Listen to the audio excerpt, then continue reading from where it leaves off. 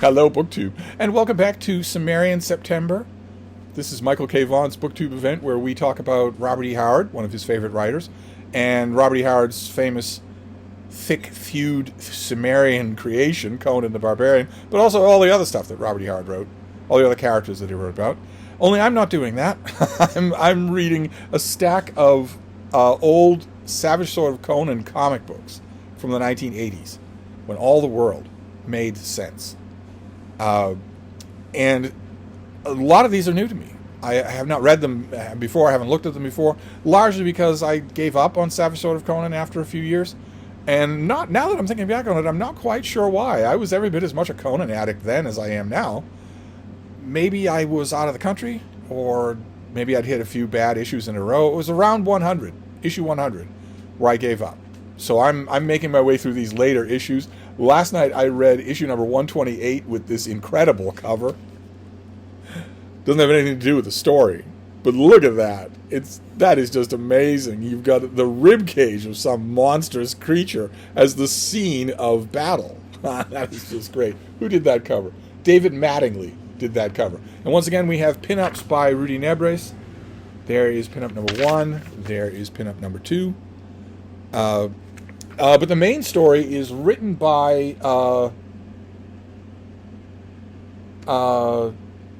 Jim Owsley and drawn by Michael Dougherty and Fraja Bator. I don't believe that any of those are real names.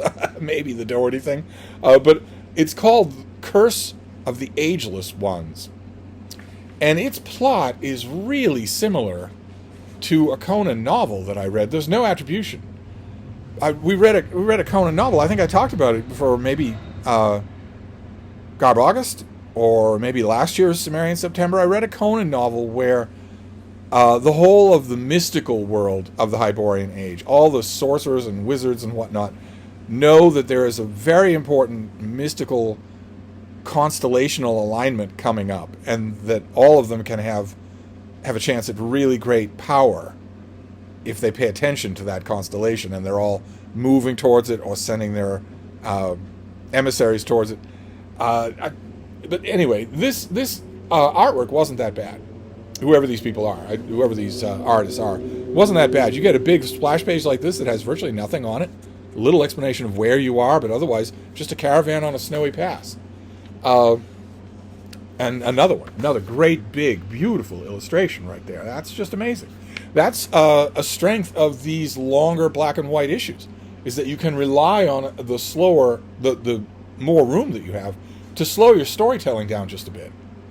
And the caravan is in part protected by Conan, wearing that particular Conan helmet, the horned helmet there. Let's see, you can make it out there. But there's someone else involved. There's Conan who's involved, but there's someone else involved as well. A Cimmerian, someone from Conan's neck of the woods, called Tem, T-E-M. And Conan and Tem know each other. When they're done defending this caravan, they end up in bathtubs together. We get a nice foot shot of Conan there. Talking about old times, Conan talks about how he... where's the quote? After all, it's me you're talking to.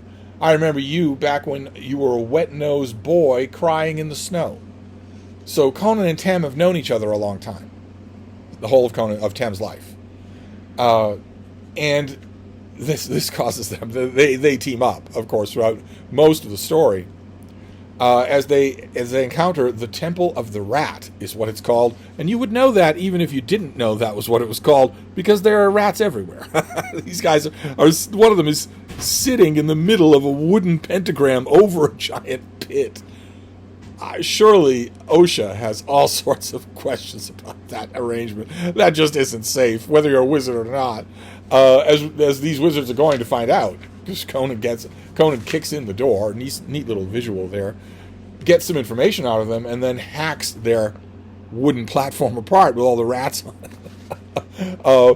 But he's gone there to confront these wizards about this mystical constellation, and also to deliver them a holographic message from Tem, who has this mystical thing that allows him to record a message. Conan was just there to do that. On his way back, he encounters a group of men who have abducted a young woman. And that won't do by him. He wants to steal their horse, but he ends up taking her as well, and they end up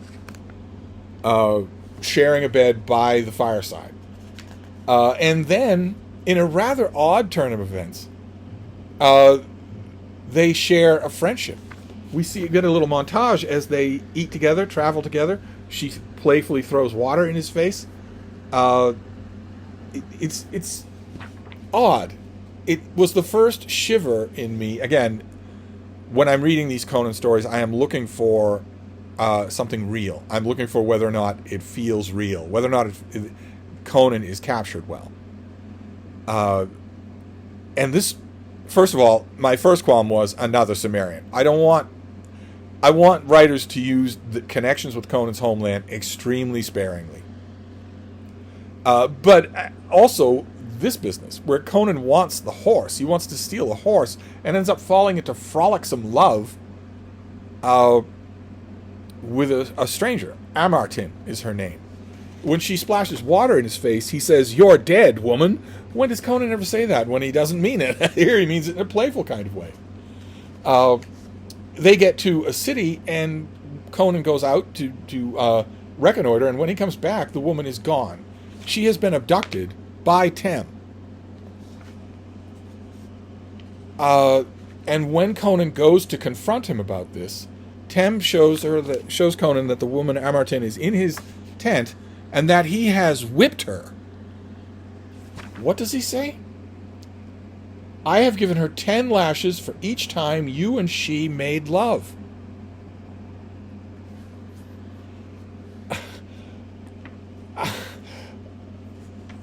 And Conan, what does Conan say? Tem says, "Forgive me, Conan, I'm very tired." And Conan says, "So am I, Tem, so am I." What on earth? What on earth? Conan eventually confronts him later on in the story and says, "This Amardin thing has unnerved you. It's driving you insane. There's a gulf between us. I think I'll leave before it swells to consume us."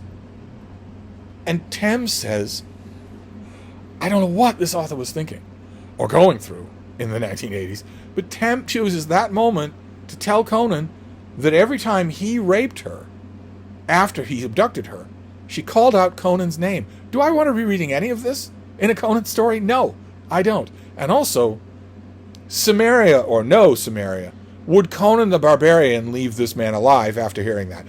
Not even after seeing this woman scourged for no reason, but hearing that detail.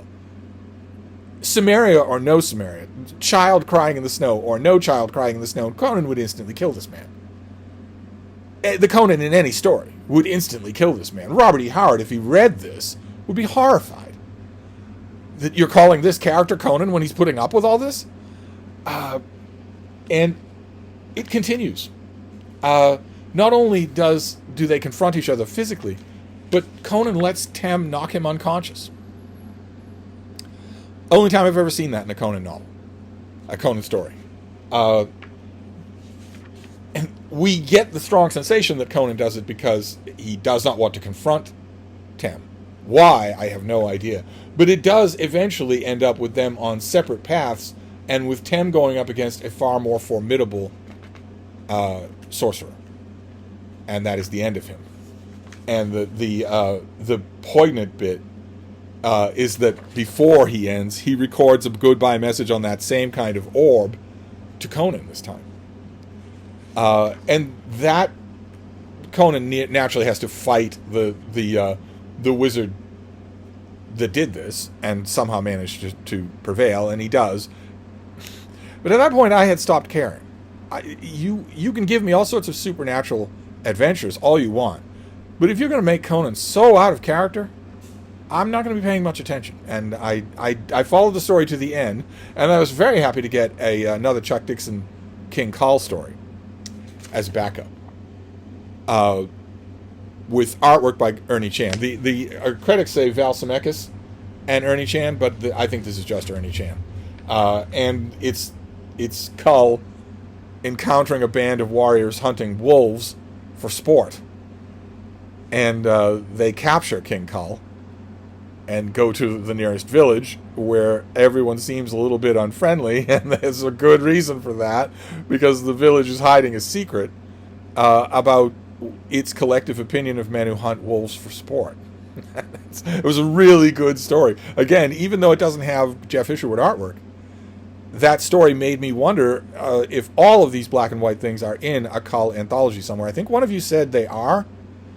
But I think the one person who wrote to me and said that all of these black and white backup features from the 80s are in the Marvel Kull Omnibus Edition. I think the person who said that they'd never actually seen that Omnibus Edition, so they weren't 100% sure that I should ask Michael K. Vaughan. And I really ought to just ask Mike if this is in his book. He'd be happy to look, I'm sure. I just haven't done it, that's all. But that was my Cimmerian September experience last night. Not entirely positive. An exciting adventure story, but effectively not starring Conan, as far as I could see. So anyway, that's it for now. We will continue next time as we enter the last week of Cimmerian September. So I'll wrap this up for now, and I will see you then. Thank you, BookTube.